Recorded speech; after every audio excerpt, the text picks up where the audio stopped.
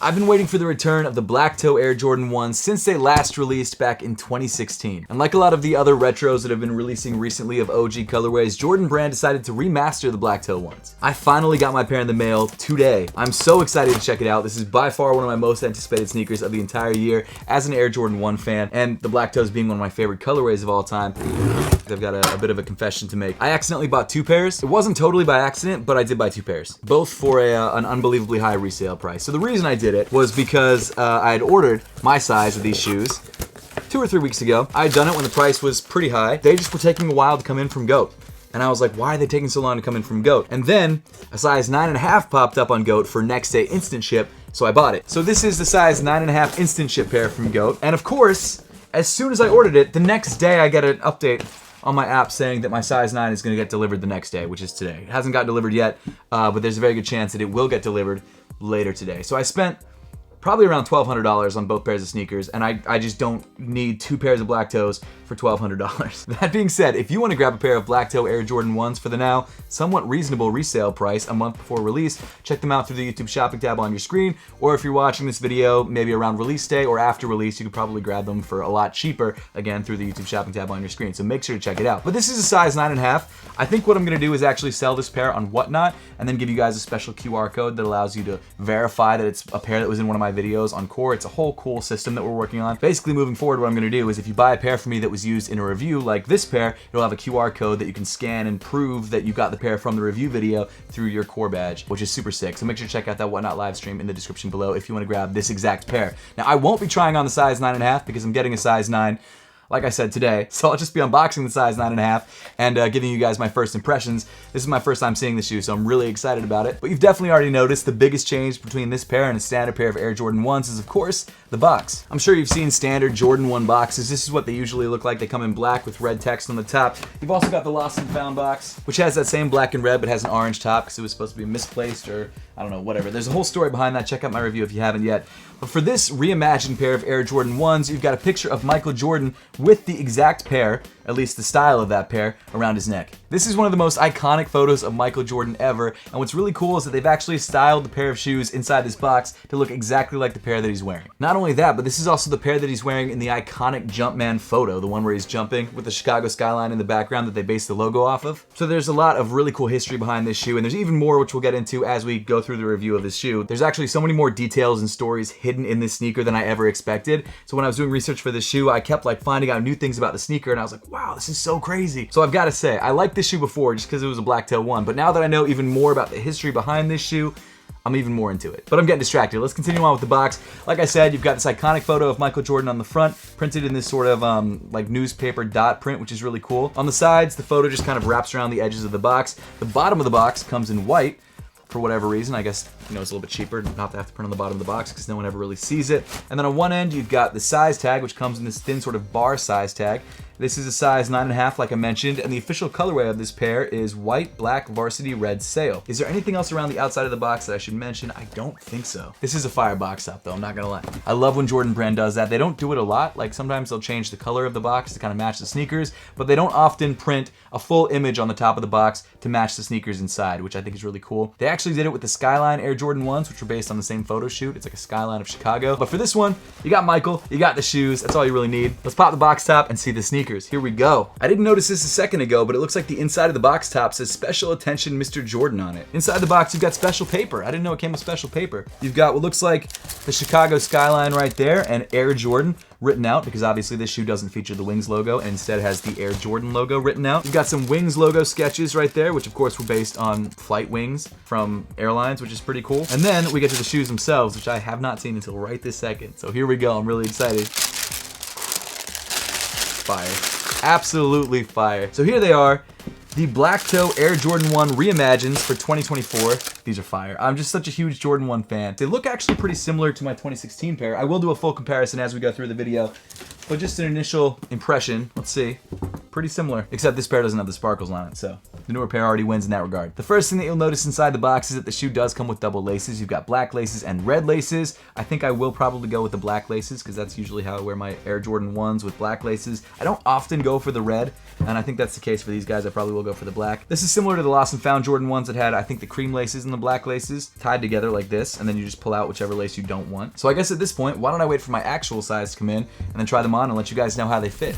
All right, so it's time to try these shoes on, and the good news is a size 9 actually did show up literally hours after my size 9.5, so I didn't even have to buy the 9.5, but that's fine. But either way, we've got the size 9 now, so this is my true to size shoe, so I should be able to tell you whether this shoe is true to size or close to true to size or whatever the case may be. I'm expecting it to be true to size like most other Jordan 1s, but we'll find out. Obviously, they come in lace, so I had to lace these guys up. But with them laced up, so far, so good. Yeah, these feel good. These feel true to size, 100%, just like every other pair of Jordan 1s. Also, I should mention, because you may have already seen it in B-roll, because I'm planning to actually wear it in B-roll after I film this part, I'm rocking the matching black toe socks coming out on release day of these sneakers, so make sure to grab those, apothecary.com. It's gonna be a while, but they'll drop on release day, so you'll remember, oh, shoes, socks, grab them. They look great with the shoes. I mean, I literally color matched them as much as I could, so there you go. Yeah, I think true to size is the way to go. I love them. They feel great on feet. They look great on feet.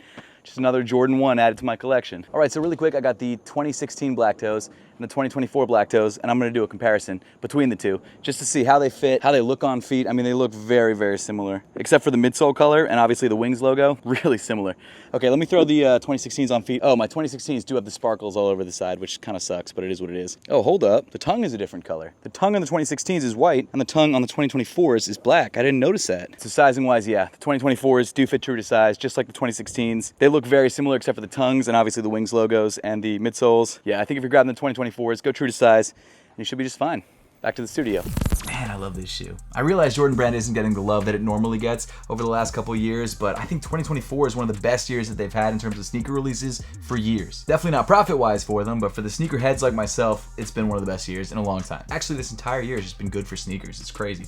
Regardless, this shoe releases officially on October 18th for a retail price of $180. And again, if you want to grab this shoe or even the 2016 version of this shoe, make sure to check it out through the YouTube shopping tab on your screen. So some of you watching this video might have already put this together, but October 18th is not a Saturday like most big Jordan releases. Instead, it's a Friday. And that's because October 18th is a significant date for Jordan Brand. And it's not just because we're dropping the Magic Apothecary Black Toe socks, it's because that day is the 40th anniversary of when the NBA banned the Jordan 1. Well, alright, not exactly the Jordan 1, just the banned colorway or the bread colorway. And really, it's not even the Jordan 1 that they were banning, it's actually the Nike Airships. So there's that, but that's a story that Jordan Brand is going with, and it's kind of a cool story regardless. But the release date is not the only significant detail about the Air Jordan 1 Black Toe Reimagined. One of the biggest changes on this shoe is, of course, the Air Jordan text on the side of the sneaker. And I know when leaked images dropped of this shoe, people were losing their minds. They're like, that ruins the sneaker, it doesn't look the same. And sure, it does change up the look of the shoe somewhat dramatically, as much as a logo can on the side of the sneaker. But this reimagined detail, this Air Jordan text, actually predates the wings logo. This was a design that was only used in possibly a couple games during Michael Jordan's rookie year and in that photo shoot that I already talked about. In fact, there are barely any, if any, pairs left of the 1985 Air Jordan 1s that feature this Air Jordan text. It was never released to the public. It was kind of a special early PE thing. It's one of those sneaker details that people don't like because they're not used to it. But in terms of sneaker collecting, if you have a pair from 1984 or 1985 that features this Air Jordan text, I mean, you've got a grail, literally a grail. I mean, we're talking hundreds of thousands of dollars. Now, realistically, the only people who probably have those pairs are Michael Jordan, the person that he gifted a pair to, which we'll talk about a little bit later,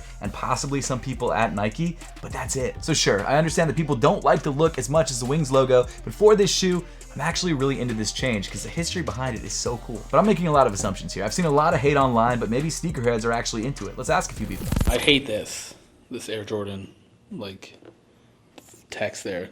You need the wings. The colors are nice. I like the OG ones. The reason there's text on the side of that one is because that's what they had in the photo that Michael Jordan's wearing them around his neck, and also the one where he's doing the Jumpman pose in that photo in front of Chicago. This is what the logo was before the Wings logo. I still I feel like I need the Wings logo. Which one of these two shoes do you like better? Old one for sure. Why is that?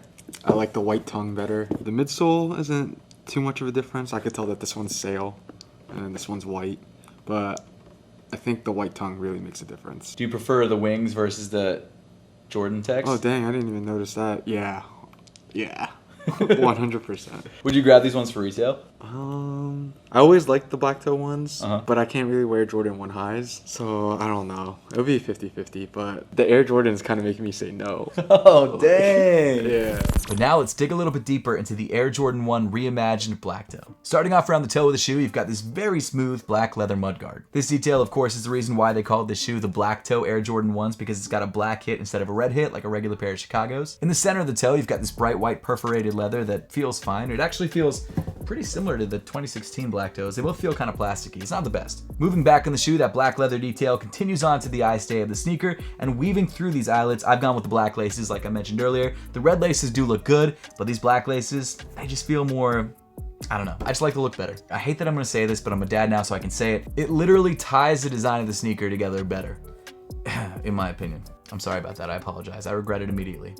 Then underneath the laces, you get to the tongue of the sneaker, which is actually different than the 2016 pair. Now, I literally didn't notice this until I tried these shoes on, but the 2016 pair comes with a white tongue and a white tag, and the 2024 pair comes with the OG black tongue with black tag and red Nike Air text. Looking at these two shoes now, I do think I prefer the black tongue, again, because I think it keeps the look a little bit more cohesive, but the white also isn't bad because it kind of travels up from the toe of the sneaker and keeps this white line down the center. I don't know. They're both fine. I guess I have no preference. Actually, looking down on the top of the sneakers, another small detail that I'm noticing is that the tongue on the 2024 pair seems a little bit less pointy than the tongue on the 2016 pair. I got this pair on the sneakers app back in 2016, so it is a legit pair. Bought this pair from GOAT. I have total faith that these are both legit pairs, so don't say like, oh, the shape's not right. It is. The perforations on the 2016 pair do seem to be a little bit closer to the edge of the tongue than on the 2024 pair. I honestly couldn't tell you which is closer to the OG.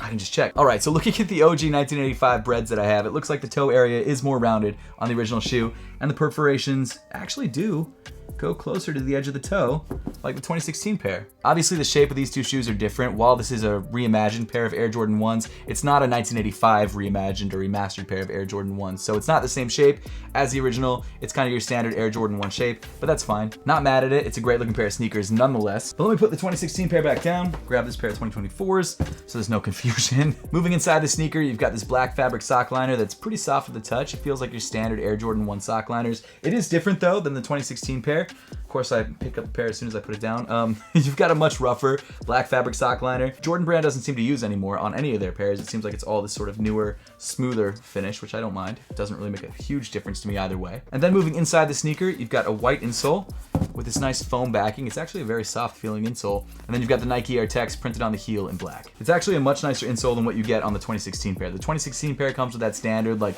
super thin and flimsy insole that really has no foam to it. This one has a pretty thick foam footbed, which I actually really like. It's obviously still not like the most comfortable shoe in the world, but it does get the job done. I also don't mind the way the Jordan 1s feel on foot. That's just me personally though. Like we talked about earlier on in the video, the fit of this shoe is true to size. It's your standard Air Jordan 1 size. Continuing back on the sneaker, you get to this white midfoot panel that's the same sort of plasticky white leather. On top of that midfoot panel, you've got this black Nike swoosh, which actually I think is a tad bit wider than the Nike swoosh on the 2016 pair. Not by much, but a little bit. Then moving farther back on the shoe, you've got your two red leather panels on the top and the bottom part of the shoe. On the lateral side, like I already mentioned, you've got that Air Jordan text, which is actually sort of pressed into the side of the sneaker and then painted in this black matte paint. It's really growing on me. I never hated it, like I think a lot of people did. I hate this. But I wasn't used to it. Now I'm actually really liking the way that it looks a lot. Do I want every Air Jordan 1 to have this?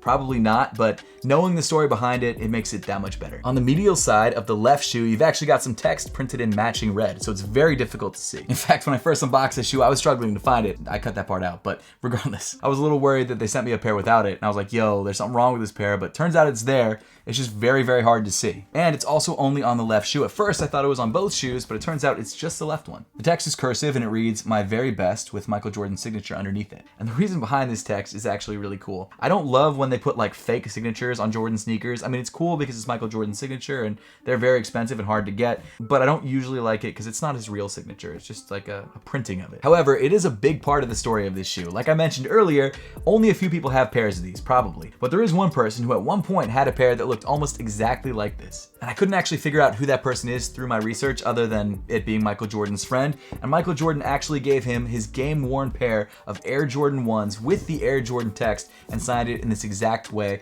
on the pair that he gave his friend. So there is one pair out there with that exact signature, this Air Jordan text out there from 1984 before the Air Jordan 1 even released. And if that pair ever goes on sale, it's probably one of the most valuable pairs of sneakers ever made. I think back in 2020, a pair of game-worn signed Air Jordan 1s went for around $1 million. So yes, I totally understand that people don't love that the Wings logo is gone on this shoe. I hate this. But this pair is actually based on one of the rarest pairs of Air Jordan sneakers ever made. And this is also the first time that we've ever gotten this shoe. This is the first time that they've ever released a sneaker with this text on the side, at least this colorway. So for me, it's a story that sold me on this shoe. It's absolutely incredible. I love the Lost and Found ones because of that story they made up, and I love the packaging that went along with it. But with this shoe, it's almost even better of a story because it's actually based on what really happened. I mean, the box comes with a picture of Michael Jordan wearing this exact pair of shoes around his neck. It's crazy. Like, this pair of shoes never released, and we're getting this super interesting package with it. I love it. But then we continue down on the sneaker, and of course, Jordan Brand couldn't help themselves. They had to age the midsole of the shoe, which I'll be honest, I don't hate. But this is definitely a trend, which I think is going to get old after a while. It's kind of a pun because, you know, they're aging the midsole, but still, I think aged midsoles are probably going to get old after a while. To be honest, though, if it does happen, it's happening slower than I thought it would happen because they've been doing this for years at this point. And then finally, moving to the bottom of the sneaker, you've got this varsity red outsole, which looks incredible. All around, this shoe is absolutely amazing, and I think it's one of the best Jordan releases of the entire year, better than most of their collaborations. This is definitely my favorite Jordan 1 of the year, and possibly my favorite Jordan of the year. We'll have to wait and see that Black Cement 3 and how that looks, but this is pretty much it for me. I know right now Jordan 1s aren't really selling out. We've got the Mocha ones, which are going for right around retail on the resale market right now. We've had the Reimagined Royal ones, which are going for well under retail. A lot of really great Jordan 1s are selling for way under what they would have sold a couple years ago, but this is a pair that while I don't think it's going to be like a $500 pair of sneakers, I do think it's going to sell out, and I do think it's going to resell a little bit. So if you want a pair of these, make sure to be on your game on October 18th, or you can grab them through the YouTube shopping tab on your screen. Right now, obviously, before they release, but if you're watching this video after they release, again, it's all right there. But this is a shoe that I'm considering doubling up on. This is a pair I'm going to get for my wife and for my daughter, probably if I get them for retail, and it's just one of the best releases of the year. And I love it because it's not your standard Air Jordan 1. There's a story behind it, and the story is actually meaningful. It's not some made-up BS like some of the, well, I won't say that. Some of these stories are like, where are they coming from? But this one, no, this one's good. But let me know your thoughts on the Black Toe Reimagined Air Jordan 1s in the comment section down below. Make sure to subscribe if you haven't yet, and I'll see you all in the next one.